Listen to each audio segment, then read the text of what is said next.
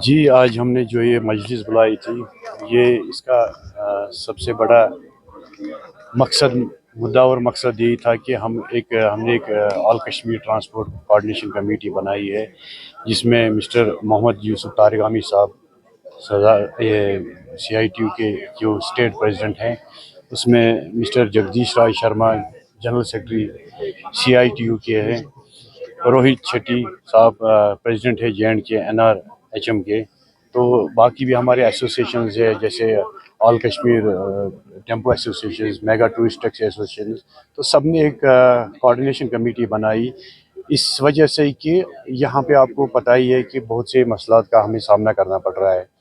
تو ان مسئلوں سے نپٹنے کے لیے سرکار تک ہماری آواز پہنچانے کے لیے ہمیں یہ کوآرڈینیشن کمیٹی بنائی ہے۔ آگے جو بھی ہمارے مسئلات ہوں گے، چاہے وہ ریلیٹڈ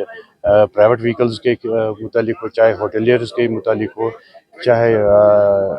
ابھی حال ہی میں جو ہم نے ایک پرستاؤ رکھا تھا آر ٹی او کے سامنے کہ یہاں پہ پرمٹس بند کیے جائے، تو جو بھی ایشوز ہوگے کل ملا کے وہ ابھی آگے جو بھی مسئلہ ہوگا تو وہ ہم انشاءاللہ سارے جو بھی جتنے بھی یہاں پہ ہم نے ایک کوآرڈینیشن کمیٹی بنائی، جتنے بھی ایسوسیشنز ہیں وہ مل کے حل کرنے کی کوشش کریں گے، اس کے لیے چاہے ہمیں دلی تک ہی کیوں نہ جانا پڑے، انشاءاللہ ہم اپنے حق کے لیے لڑیں گے اور اکٹھے مل کے ہی لڑیں گے۔ آج کے بعد انشاءاللہ یہ ہمارے لیے مبارکباد ہے کہ ہم نے ایک کوآرڈینیشن کمیٹی بنائی، سب مل کے آگے، سارے ٹرانسپورٹرز مل کے آئے، کپوارہ سے آئے، بارہمولہ سے آئے، مطلب all over east west south, سب سارے جتنے بھی ٹرانسپورٹرز ہیں سب نے ایک کوآرڈینیشن کمیٹی بنائی ہے، تو انشاءاللہ آئندہ جو بھی مسئلہ ہوگا وہ ہم مل کے سرکار کے سامنے رکھیں گے۔ تو جو بھی ہم نے ابھی پرسوں آر ٹی او صاحب کے پاس ایک پرستاؤ رکھا تھا، جو ہمارے یہاں پرمٹس، جو کمرشل پرمٹس ایشو کیے جا رہے ہیں، وہ ان کی تعداد بہت حد تک، مطلب اتنی حد ہے کہ آپ کسی گلی کوچے میں بھی جائے آپ کو ہر